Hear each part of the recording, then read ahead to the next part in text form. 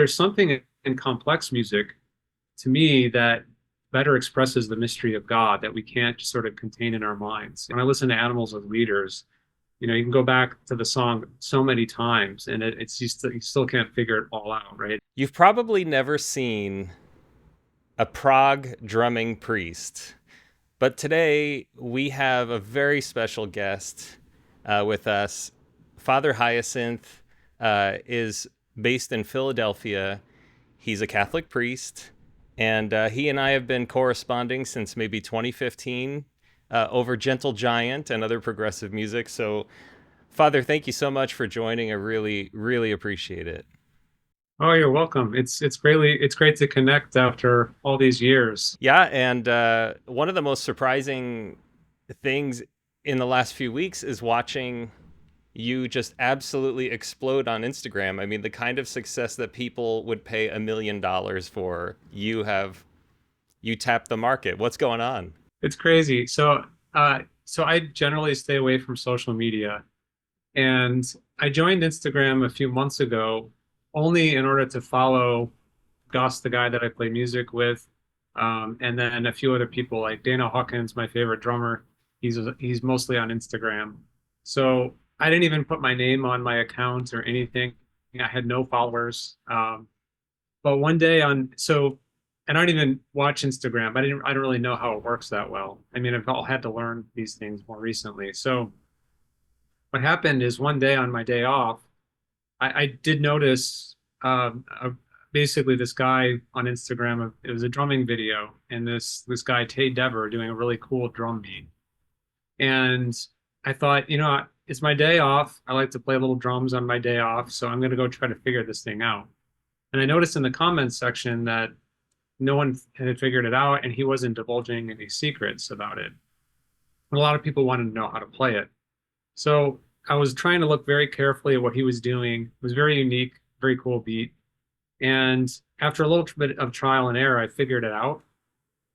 And so then I made a quick drum transcription and just uploaded it or posted it on my account. It was like the first thing I posted. And then I thought, well, I'll just make a video of myself doing it as well. Those were my first two posts. And I really had no idea what I was doing. I had no tags or hashtags. And so I knew enough to figure out how to copy the link. And then I basically just went back to Tay Dever's video and copied it and pasted it in the comments.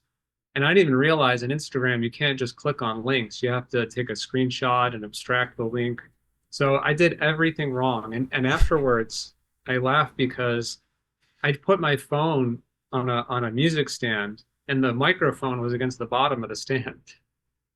So, and somehow it still came out. I don't think it's Oh.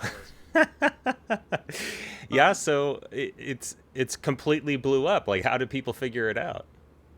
So I think it was just somebody in the comments section that was following the comments must have just checked it out and then started forwarding it. And one of the first comments was just commenting before this blows up. And I thought, yeah, right. You know, I didn't really understand Instagram. I didn't know, how things work. And in my mind, there are different levels of viral. There's viral, and viral, right? And I'm like, there's no way this is going to be like, top level viral.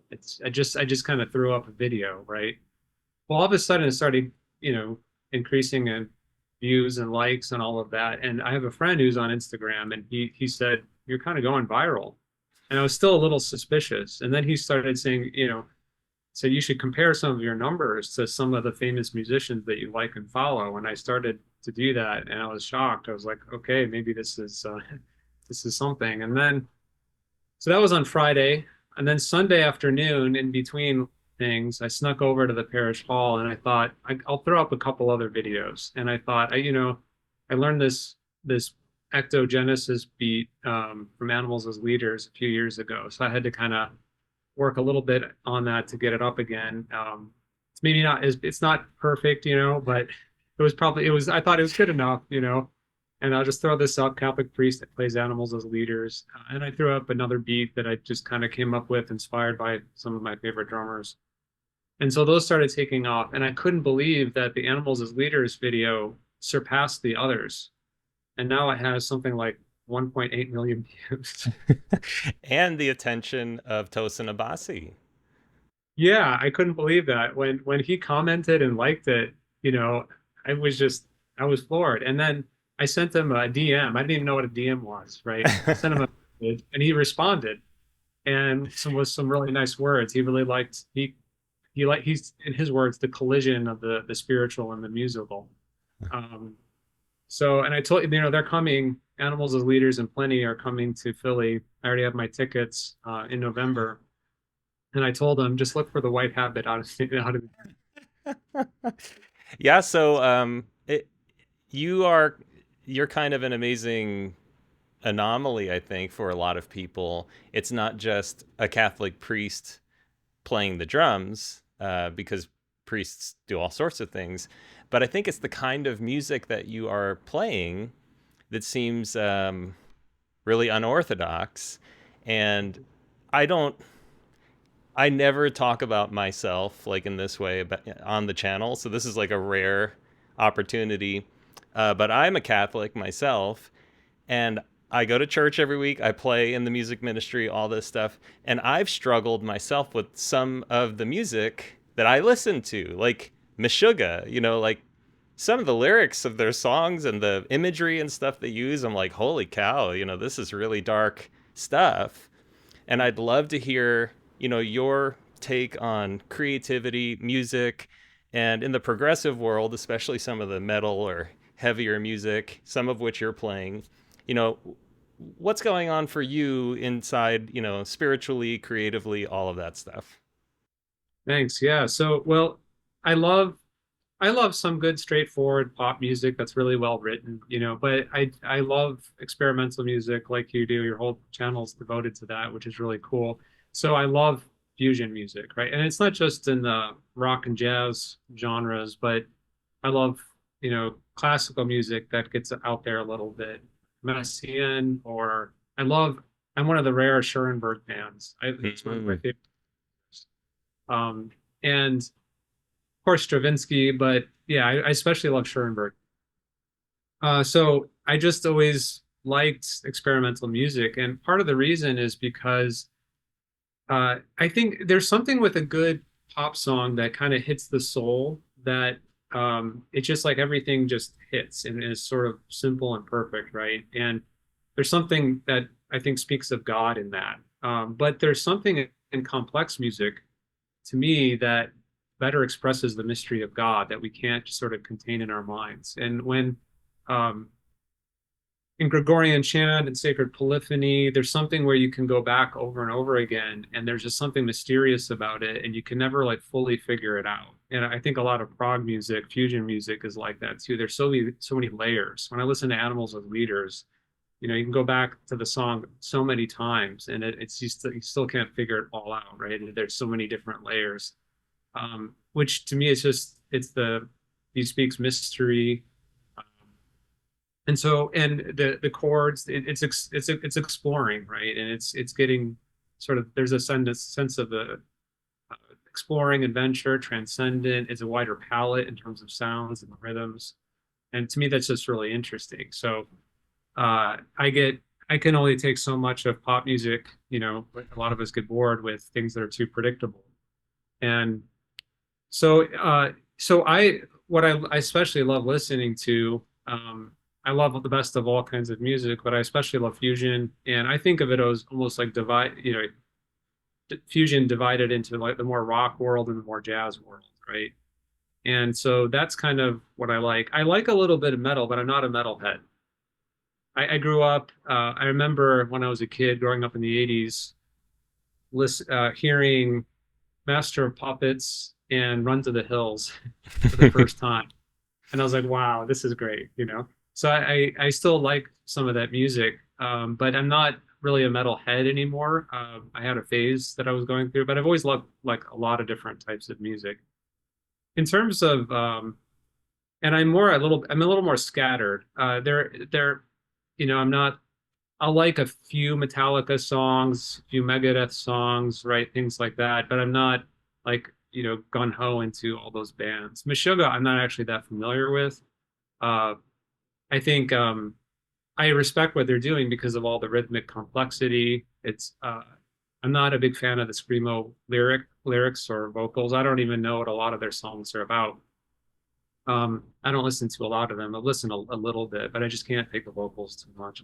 Hmm. Um, but the thing is, with the animals as leaders, with all the comments, you kept on having people say bleed, bleed, bleed, right? Everybody wanted to hear me play bleed.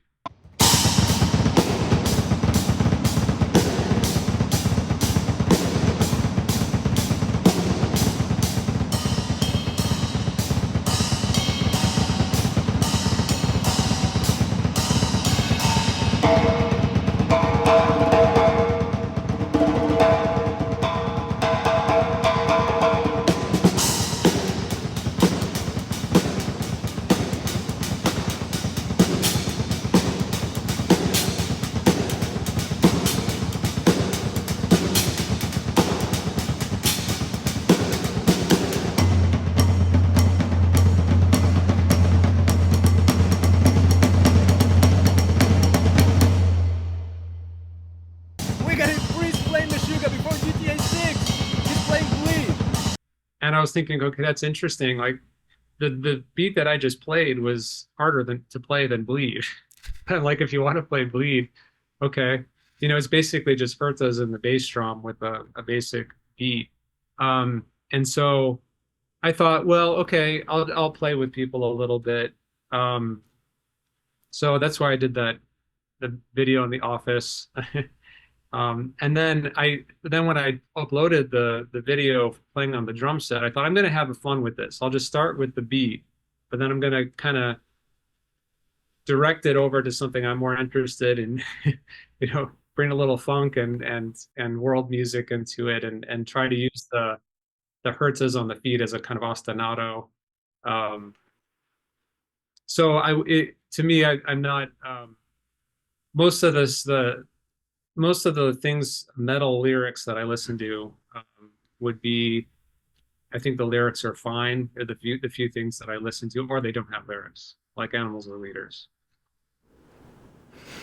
Yeah, so I don't talk about this publicly either, but one of the big inspirations for me for Make Weird Music is that we are created and music is part of that creation.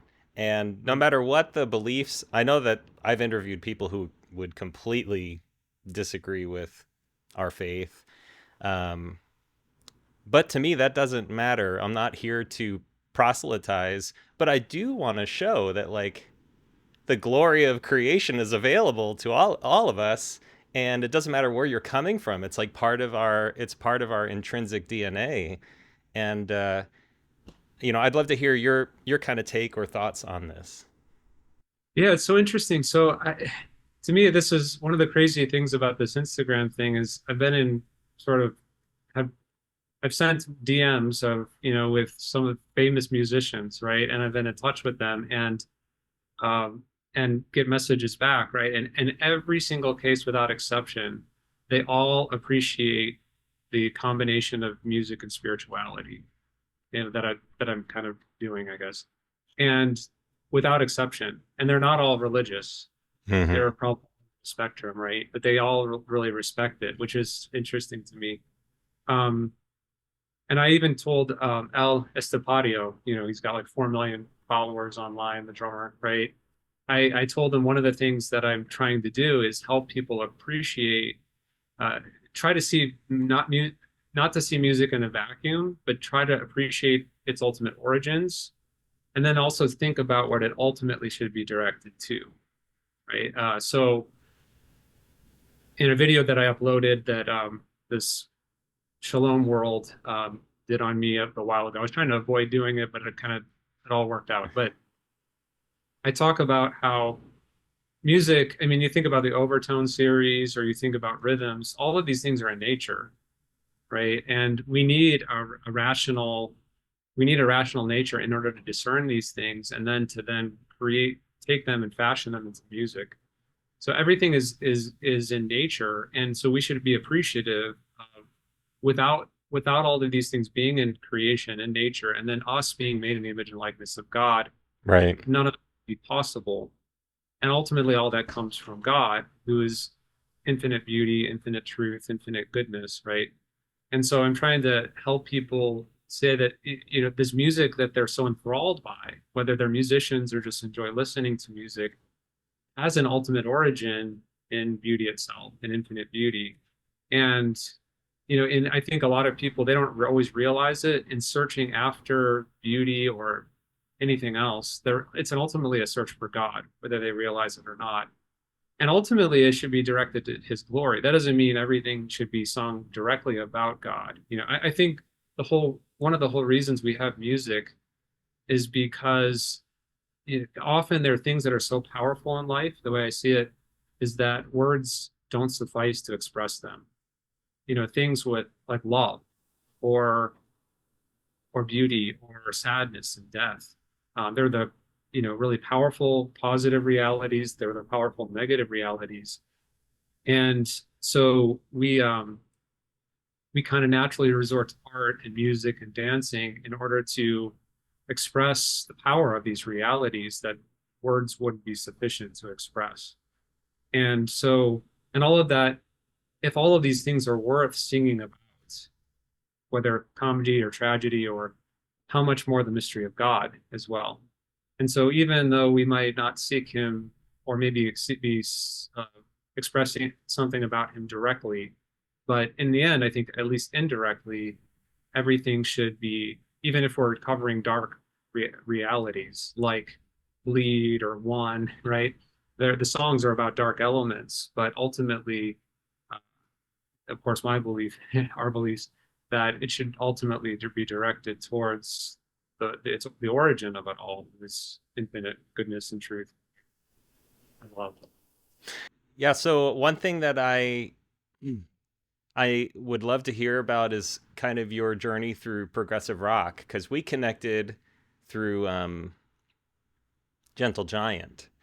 And to me, that is very spiritual music, in the senses that, in the worldly sense and in the sort of godly creative sense. I think there's something going on. Kerry Minier, the keyboardist, quit the band to go work for the church. He became a musician in the church, and it's the big driver of his life. And I'd love to hear sort of your journey through maybe progressive rock, and then what led you to the priesthood and all of that stuff. Okay, great. So yeah, I've always been drawn to, I guess, since I was first exposed to music, to things that were a little more interesting and challenging and experimental, like a lot of people, of our stripes. I guess, what were some of the first things I was exposed to? I remember, I remember when I was in the 80s, I subscribed to Modern Drummer magazine, and so all the great drummers were featured, and a lot of them were on albums like Secrets by Alan Holdsworth. So because I learned about Vinny, I'm like, and then it had a little discography, right? And I wanted to check those albums out, right? So I had Chick Corea, and Alan Holdsworth, Tony Williams, and I was exposed to a lot of this stuff. But in the rock genre, or more rock realm, discovered Frank Zappa, right? And even though he can be very goofy and a lot of crazy lyrics, but a lot of cool things musically were going on. And of course Terry Bozzio, Vinnie Colaiuta.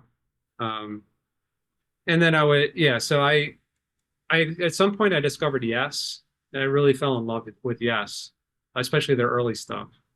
And Rush. And it wasn't until much later that I discovered some other prog groups. I didn't realize Genesis was a prog group, in the 70s. Or I never really got into King Crimson. I respect their music. It's at some point maybe I'll listen more. And then Gentle Giant was a kind of late discovery. And when I was kind of looking for more of the Prog stuff, and somehow on YouTube stumbled across it, and I was like, wow, this is super cool stuff. And then when I saw the videos of the guys switching instruments, and it's so fun, right? Um, so I love that stuff. Um, yeah, and that's why I thought I want to connect with other people who can appreciate this, and that's why I joined the Gentle Giants email list, and then you reached out to me when you saw, oh, this is interesting, a Catholic priest just joined. Here we are, what, 10 years later or so, or almost. Yeah, yeah, about 10 years. Wow. Yeah. So, and then, I discovered more modern groups. I think it's really cool that certain groups today are taking it in their own direction. Some people might have seen on the videos. I'm a big Chon lover, right? And so I think they're my favorite group, like in terms of a group. I have to say, I'm sorry to cut you off there. I generally don't interrupt people. That album Grow, I've probably listened to it 250 times. Like, it is unbelievable. The drumming on that, everything on that album, it's like mind blowing. And I feel like that was as big a bomb for me musically, in my musical life as something like Discipline with King Crimson. Um, that album, I love it so much. I don't know if you saw, I made a video about that crazy song on the next album that's in the totally uncountable time signature. No Can't signal. remember. No Signal. That's right. Yeah. Did you see the video? I did, yes. And Oh, I remember awesome. the first time listening to it, I was like, wow, it sounds wrong and it's very trippy, right? But then so it took me a few minutes to figure it out. I think it starts off with one grouping of three, then four groupings of nine, and then it ends with a grouping of two, something like that. It's over 2 bars, yeah. And I thought that's super cool when you can take something like 4/4, and not like Meshuggah does, where they resolve it after many measures. But Right. even if 2 measures, if you can like fool people, have these kind of sound illusions and go in and out, it was super cool, yeah. So that was early on. That was one of my favorite Chon songs. But I really love their latest album as well. I It's just musically, I find it very interesting. It's like they're doing something unique. They have a unique sound. It's a lot of clean guitars, or more or less, and the drummer is super cool. Um, and I know that they have guest artists and so on. But yeah, I really love John. And what about your journey to the priesthood? Like, that's a pretty surprising event, I imagine, for a lot of people. Like, to come out. Obviously, priests come from every walk of life, but like, where did you come from? Yeah, it's a long story. So there's the there's the minute version, there's the 5 minute version, the 40 minute version, and maybe hour version. Let's do the 5 minute. You can always find maybe the half an hour version on the Shalom World video, which is on YouTube. So in essence, I grew up Catholic, but I wasn't given the best instruction, and we weren't devout. Um, I didn't know much about my faith. But when I was in high school, um, especially early on in high school, I had a cousin who died, and it was the first time that the death was that close. And I always knew, of course, we were going to die, but all of a sudden it really hit me. And I started wondering, well, what happens after death? And what's the whole point of life? Um, and I got to a point which people are saying various things, but I got to a point I just thought, what is actually the case? What is true? I didn't want to I was became intensely interested in what was actually true. And I didn't want to believe something just because I was raised in something, or my parents told me of it, or that it was comforting.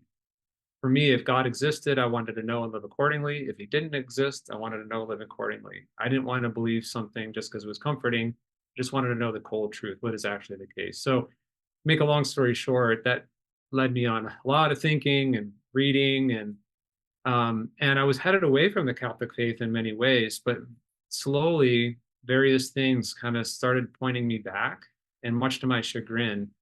Um, and so that's kind of the, at a certain point, I was listening to a woman's story on back in the days with cassette tapes. And I remember one of the questions, she was asking a series of rhetorical questions. And one of the questions she asked was, can God be trusted with our lives? I'd never thought about that question before. Um, I had everything planned out in my mind. I wanted to be a famous drummer. I assumed I was going to get married. I had names for the kids I was going to have. I had like crazy names, something like Frank Zappa would give to his kids, right? um, and but I never asked God what He wanted. And I just reasoned in that moment. Well, if God exists, then He's infinite wisdom, infinite truth, infinite beauty. Of course, He could be trusted with our lives, and He could be trusted with our lives much more than we can trust ourselves with our lives. And so, and the thought of the priesthood came to my mind in that very moment too. And I really knew nothing about the priesthood, but it didn't take a rocket scientist to put these two things together. Could God be trusted with my life, even if He called me to be a priest? And that was a really scary thought to me, because at that point, I would have rather done anything than be a priest. It's so funny. That's such a common theme in apologetics. Like, so many people resist it and don't want to do it, and they never would have guessed they'd end up there. And yet, that's what happens. So I prayed in that moment. I said, Lord, I do not want to be a priest, but if you want me to be one, I'll do it. I trust you. That was really hard for me to say, and I didn't see anything. I didn't hear any voice, but that just was the beginning of the opening of the heart, right? And after that, I just began praying every day. What do you want of me? Do you want me to be a priest? Do you want me to be married? And so on. Was trying. It's like slowly embracing and kind of conversion of life, trying to give up bad stuff, embrace, charity in its various forms, and so it was, yeah, a lot was going on there. And after a while, it seemed like that desire, what seemed to be my worst nightmare, slowly became something I desired. And then still had a lot of growing to do, spiritually, humanly, in many ways. And eventually, that would kind of lead me to the Dominicans. That's a long story there, but that's the essence. That's kind of the beginning of it all. So yeah. Now, one thing that I've seen you talk about is that things are expensive. Drum equipment's expensive. Concert tickets are expensive. And you live a very minimalistic lifestyle. And obviously, as a priest, you're not rolling in cash or anything. Is there a way that we can donate to you, or your cause or anything, like a way that we can give so that you can continue giving with your gifts to the world? Well, thank you. That's very, very generous of you. So yeah, we try to live simply, just have a simple room here. Um, and I resisted, the thing is that we're reasonable. We have a kind of monthly allowance that we have for needs so that we don't have to constantly go to the superior. So we have some freedom in order to do that. So it takes a while to kind of save up for things. And so, at a certain point, I thought, I really would love to, even though I've been resisting getting a drum set because it's a pain to travel around with. And a lot of the places where we have our communities, if you couldn't really have it in the same building in which we live, my fellow friars would kill me, right? So in the present setup, I'm able to have it in the next building. And there was one other assignment I was able to have something similar. And that way, I can use it as an outlet and then build up. I kind of like to keep things on a simple level. I don't, because the more stuff I have, even if people gave me a lot, it's just more to haul around, right? So I try to be, some things I've saved up for through allowances, and other things people have given to me. So I try to so it's sort of been built up over years. It's not the top of the line set. I really wouldn't want that, right? Yes, would it be nice, of course, but I still want to kind of keep things simple. I have to think about it because while it'd be nice to have mics and yeah, I don't know how much time I can devote to learning all of that, and then it gets complex, and it's a lot easier. Just I know people, you don't get the best sound. On the one hand, you don't get the best sound, but on the other hand, there's something real about not having things super processed and just using a cell phone. And the hall that I have the drum set in has a lot of natural reverb too, so you can kind of work with that. And I like experimenting with sounds to make something sound good in the space. Um, so I have to think about that, but I thank you. Yeah, I found that my whole goal is to just get great musicians, more attention, more money. It's not about glory or anything. It's like these people are good and they deserve to keep doing what they're doing. And I know that drumming is not your uh what's the vocation. Like obviously you're doing something else, but I think that music and performance and I don't know, creative expression are just so important and inspiring. Clearly, how many followers are you at now on Instagram? Let's see, it's over 70,000. What? I checked it was 16,000 or something like last week or 2 weeks ago. Almost 73,000. It's been 3.5 weeks. This is crazy. 3.5 weeks. I was never looking for followers. I never planned any of this. And now I have 73,000 followers. And then there's one video over 4 million views, another one over 2 million, another one over, almost 2 million. And it's crazy. I think it's neat because a lot of times in the church, we're preaching to the choir, right? And now I have an audience which is really more a musical audience, and you people all over the spectrum, right? I've had Muslims and atheists and Jews and of course Catholics and Protestants, some practicing, some not. So it's neat to be able to connect with people, and people sent me messages. I try to, and I almost see it myself as the church hasn't really been much in this space. And yeah, so I think it's neat to be in that space and try to connect with people through music. I sometimes when I've been going to concerts recently, I went to an Archeco concert, if you can see these surprising faith connections, so I walked in and somebody said, "Oh, that's the keyboard player there behind the merch table." I'm like, "Oh, I want to go meet him." Of course, I'm in my habit, and I just walked up to Joey Izzo, and I said, "Hey, Joey, I'm a Catholic priest. Just come to enjoy your band," something like that. And he looks at me in total shock, and he tells me he's actually intensely Catholic, and he plays organ at his church in Lake Placid, and his wife Wow. are there, and so he didn't expect even to see he's got his faith life right, and he's got then his musical life right, and I'm sure he's got lots of interesting connections and stories, but he didn't expect a priest to have it to show up to his show in Philly, right?